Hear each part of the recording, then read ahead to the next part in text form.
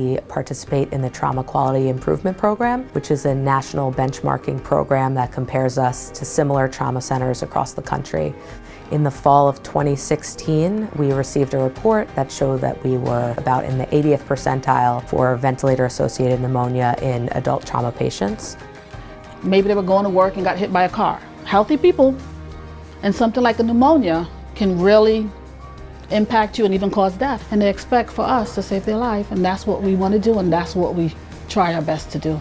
Our rate was about 3.5% of every adult trauma patient developed a ventilator-associated pneumonia, meaning that the patient was mechanically ventilated at the time that they developed the pneumonia, which we felt there was an opportunity for improvement for lowering that number.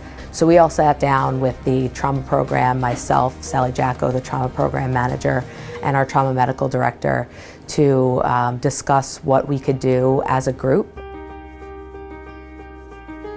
There wasn't a culture of empowerment of the nurses at the bedside to be able to reduce the amount of sedation, which allows the patients to be extubated or to have the breathing tube removed earlier. We also felt that there wasn't a culture of monitoring that oral care was being done properly, which is an important step in infection control.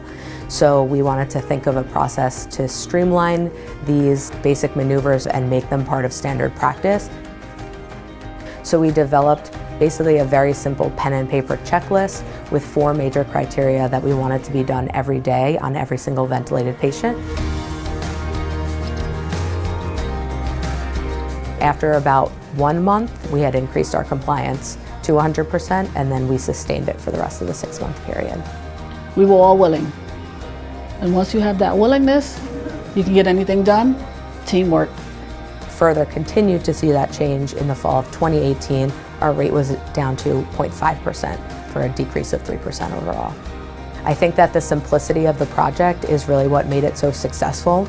We were just ensuring that people were getting real-time feedback, and the players who actually make the difference, the bedside nurses, the ICU physicians, the respiratory therapists, that they were involved in the decision-making, and having that buy-in really allowed for everyone to come together and make these relatively simple changes and really make a difference in patient care and patient outcomes.